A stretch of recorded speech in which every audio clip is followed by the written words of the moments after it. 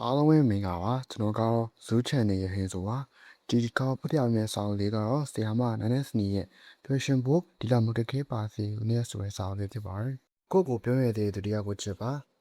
ရွှေရှင်တန်းတော့တခွန်းကတလို့ဆိုရယ်ဘဝရဲ့အဆုံးကိုရောက်သွားတဲ့အခါငါတို့ဟာတူညီသွားကြတယ်ငါတို့အုံမင်းသွားကြမှာပဲအကြောင်းအရာတစ်ခုကိုထက်ကပြောတတ်ကြမှာပဲဒါပေမဲ့ရိုးသားချင်တဲ့လူတစ်ယောက်နဲ့တော့တသက်တာကိုဖျက်ဆီးဖို့လိုရဲ့တဲ့လူဘဝတသက်တာမှာလူနှမျိုးတွေ့ဆုံကြရတယ်။တစ်မျိုးကကိုယ်ကိုငိုစေတဲ့သူ။နောက်တစ်မျိုးကကိုယ်ကိုပြောရင်စေတဲ့သူ။ဒီလူနှမျိုးရဲ့ခြားနာချက်ကကိုယ်ကိုငိုစေတဲ့သူကကိုချစ်တဲ့သူဖြစ်ပြီးကိုယ်ကိုပြောရင်စေတဲ့သူကကိုယ်ကိုချစ်တဲ့သူဖြစ်တယ်။ငယ်ရွယ်ချိန်တုန်းကကိုတို့ဟာမရနိုင်တဲ့အရာကိုမှခေါင်းမမှာနှစ်သက်ခဲ့တယ်။ပိုးပက်လက်မီတို့ဟာဘာအချိုးမှမရှိဘူးဆိုတာကိုလက်တီတီနဲ့ဘာကိုမှမငယ်ပဲစမ်းကြည့်ကျင်ခဲ့ကြတယ်။သူကြောင့်ကိုယ်နှလုံးသားမှာဒဏ်ရာအနာတရားဖြစ်မှတကယ်တော့အချစ်ဟာဒီလောက်ပင်ပန်းဖို့မလိုမှန်းကိုသိလိုက်ရတယ်။အချစ်ဆိုတာလူကိုပြောချင်တဲ့အရာပါ။လူကိုဝမ်းနဲ့ကြည်ခွဲစေတဲ့အရာမဟုတ်ပါဘူး။လူတစ်ယောက်နဲ့အတူပေါင်းစပ်ရခြင်းအတိတ်ပဲကဘာလဲလို့ကိုတိကျတွေးကြည့်မိရဲ့။အချင်းချင်းတန်တရားဝင်ဖို့အချင်းချင်းစိတ်မချမ်းမြေ့စေဖို့မဟုတ်ဘူးလို့ကိုထင်တယ်။အချင်းချင်းအညိုတာအမုန်းပွားဖို့ဆိုတာကပုံမဖြစ်နိုင်ဘူးမဟုတ်လား။ဘဝမှာကိုတို့စိတ်အားငယ်ခြင်းမှာသူ့ကိုပိုတတိယလိုက်မိရတယ်အလိုလိုအင်အားပြည့်သွားစေတာမျိုးလေ။ဘဝတတရာကရှိလျားပါတယ်။ဒီသက်မှာဘယ်သူနဲ့အတူနေမယ်ဆိုတာကပိုရေးကြည့်ပါတယ်။ကိုပြောရစေတဲ့လူတစ်ယောက်ကိုချစ်ပါအကြောင်းကဒီလောကမှာကိုထမင်းဖိတ်ကျွေးမဲ့သူများပေမဲ့ကိုချစ်ဖိတ်ကျွေးတဲ့သူနည်းလို့ပါ။ကိုမျက်ရည်ကျစီမဲ့သူများပေမဲ့ကိုမျက်ရည်ကိုတဝိမဲ့သူနည်းလို့ပါ။ကိုချစ်တယ်လို့ပြောတဲ့သူများပေမဲ့ကိုအမြဲချစ်နေမဲ့သူနည်းလို့ပါ။အချစ်ဆိုတာတဟုန်လို့ဖြစ်ပေါ်လာတဲ့နှိုးဆော်မှုမဟုတ်ပါဘူး။နှစ်ယောက်သားမနှုတ်ပြလို့တဲ့အချိန်မှာတော့ကိုကလေးငယ်တယောက်လုံးသူကျင်နာယူရနိုင်သေးတာကအချစ်ပါပဲ။နောက်နှစ်ပေါင်းများစွာကြာတဲ့အထိသူကစာနောက်လိုက်ကိုကရင်မောနိုင်နဲ့ဒါကမှအထီးရဲ့တကယ်လာပါတဲ့ပုံရိပ်ဖြစ်ပါတယ်။လွတ်ချနိုင်သွားတဲ့အခါကမိုင်းတယောက်ကပြောတယ်လူတယောက်ကိုတကယ်လွတ်ချနိုင်လိုက်တဲ့ခံစားချက်ကိုနောက်မှကျွန်မသိလိုက်ရတယ်။အဲ့ဒီခံစားချက်ကတအုံမြင်နေတာလည်းမဟုတ်ဘူး။နှလုံးသားတစ်ချမ်းပက်ကြွသွားတာမျိုးလည်းမဟုတ်ဘူး။နေ့စဉ်ဘဝကိုကျွန်မဆက်လက်ပြတ်တမ်းနေပြီးထမင်းစားခြင်းအလုတ်တက်အလုတ်ဆင်းခြင်းဂိမ်းစော့နေချိန်မှာသူ့ကိုတတိယနေတတ်ပေမဲ့ဘာလိုက်မှမထားတော့တာပဲသူနဲ့အကြာကြီးရင်းနှီးခဲ့ပြီလေစနစ်ပြီးတော့လည်းအစွမ်းကုန်ချစ်ခဲ့ပြီးပြီလေတဲ့လူတယောက်ကိုလွတ်ချရတာအရင်ခက်ခဲမယ်လို့အရင်ကကိုထင်ခဲ့တယ်တဲ့ပြမတက်ချစ်ခဲ့ဘူးတော့ဒီမြအောင်မလောက်နေဖို့ဆိုတော့ကမဖြစ်နိုင်ဘူးလေဒါပေမဲ့အချိန်ကြာလာတဲ့အမျှကိုတို့ဟာအားကြောင်းကိုအချိန်ချင်းပြန်မလဲကြည့်နိုင်တော့ဘူးပျော်ရွှင်ခဲ့တာဝမ်းနည်းခဲ့တာတွေကိုထက်တလဲလဲသွားမထိတွေ့ကြတော့ဘူးတင်းကြီးတဲ့ဘဝမှာနေသားကြဖို့သာစူးစမ်းနေထိုင်ပြီးတော့တယ်တယောက်တည်းဆိုပေမဲ့နေ့ရက်ကိုအေးချမ်းစွာဖျက်တမ်းကျင်တော့တယ်လူတယောက်ကိုလွတ်ချလိုက်ပြီဆိုတာကိုတကားအဖြစ်ပြောရုံမဟုတ်ပဲစိတ်နှလုံးသားတွေကပါလွတ်ထုတ်လိုက်တင်တာပါတတိငွေကြားလဲအခန်းစားချက်မှမရှိတော့ဘူးသူတက်ပုံမြင်ရင်လည်းရှင်မကုန်တော့ဘူးမတော်လို့လမ်းမဆုံခဲ့ရင်လည်းစိတ်တဘောထားကြီးနဲ့ရင်ဆိုင်ရဲပြည်စုံကြီးရဲ့အတိတ်ကအိုမင်းတဲ့အထိလက်တွဲသွားမယ်ဆိုရုံမဟုတ်ပဲနှုတ်သားရဲ့ကြီးပြင်းကြက်လာမှုကိုမျက်မြင်ကိုယ်တွေခံစားဖို့လည်းဖြစ်တယ်တကယ်လို့လမ်းတွက်မှာလမ်းခွဲဖို့အကြောင်းဖန်လာရင်လည်းစိတ်လက်ပပားစွာနဲ့လက်ပြနှုတ်ဆက်ကြရုံပေါ့ချစ်ခဲ့ဘူးတာတွေကျော်ရှင်ကြည်နူးခဲ့ဘူးတာတွေအတူလျှောက်လန်းခဲ့ဘူးတဲ့အချိန်နည်းရက်တွေကိုမှတ်သားထားပြီးကိုယ်နဲ့သက်ဆိုင်တဲ့ဝါခီးလန်းကိုဆက်လက်ရှောင်းလန်းရုံပေါ့နည်းရဲ့ကဘာမှာနည်းရဲ့အလင်းအောင်ဖြစ်ပါစေ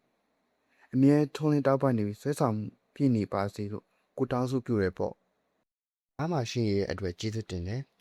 တခါတလေမှာအချိန်ကုန်တာမြန်လိုက်တာလို့ခံစားရတယ်တန်မိုးထားဖို့မတိတဲ့နားမလဲချိန်မှာပဲငါတို့ဟာအိုမင်းသွားကြတော့တယ်အခုတင်ပေးမှာအဖော်ပြနေသူကသူပဲလား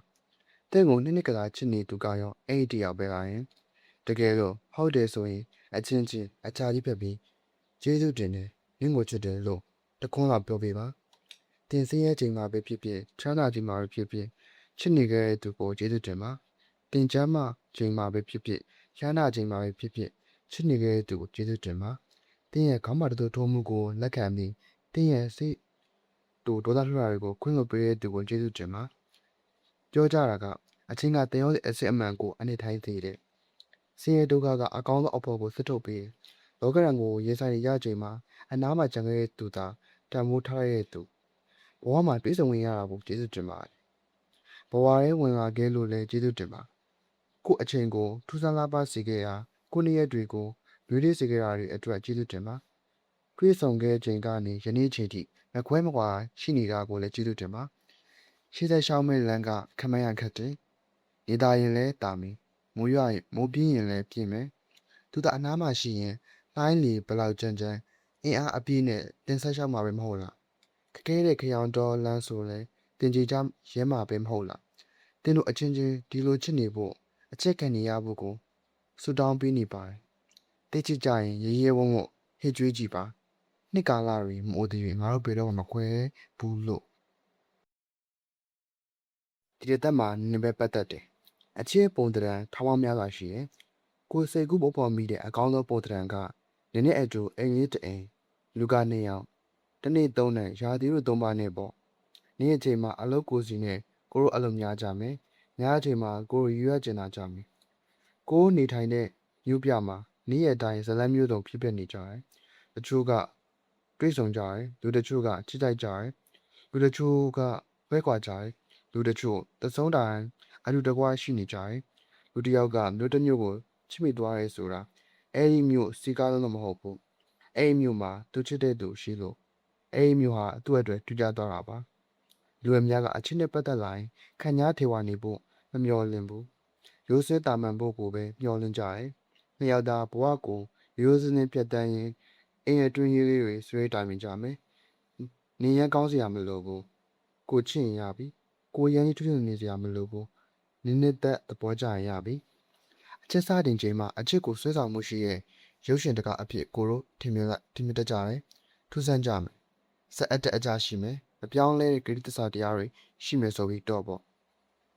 ဒါပေမဲ့ဘဝဆိုတာရိုးစင်းပဲလေအဲ့လောက်ထူးခြားစမ်းကြတာမရှိဘူးအယိုးသားတဲ့စိတ်ဝင်လောက်တာမျိုးမရှိဘူးအချင်းတော်များများမှာသူဟာနူးညံ့နှွေးထွေးရဲ့ကြပြားလေးတစ်ပုဒ်ပါစကလုံးတစ်လုံးစားတဲ့ကြောင်းကဖက်ရတာဘာမှထူးခြားမှုမရှိဘူးဆိုပေမဲ့လူကိုတသက်တာမမေ့ရက်စေပါဘူးစကားတကုန်းကဒီလိုဆိုရယ်နင်းပါရင်အရက်လေးမျက်နာကအိမ်ပဲမပါရင်ဘေးရောက်လေလွင့်တာပါပဲတဲ့ပျော်ရွှင်ခြင်းဆိုရဲနင်းနဲ့ငါဆောင်တယ်နှစ်ယောက်သားတဲ့အိမ်ထူရယ်လွေမိုးဆောင်မနေ့နေ့လည်းညဒီသက်မှာငါဟာနင်းနဲ့ပဲပတ်သက်နေတော့တယ်အပိုင်းဒီလေးကတော့ဒီလောက်ပါပဲပြပေးသွားတဲ့စာအုပ်လေးကိုကြားရင် like and subscribe နှိပ်သွားပေးကြပါဦးနောက်ဘေးတယောက်ချင်းတိုင်းကိုအထူးကျေးဇူးတင်ရှိပါတယ်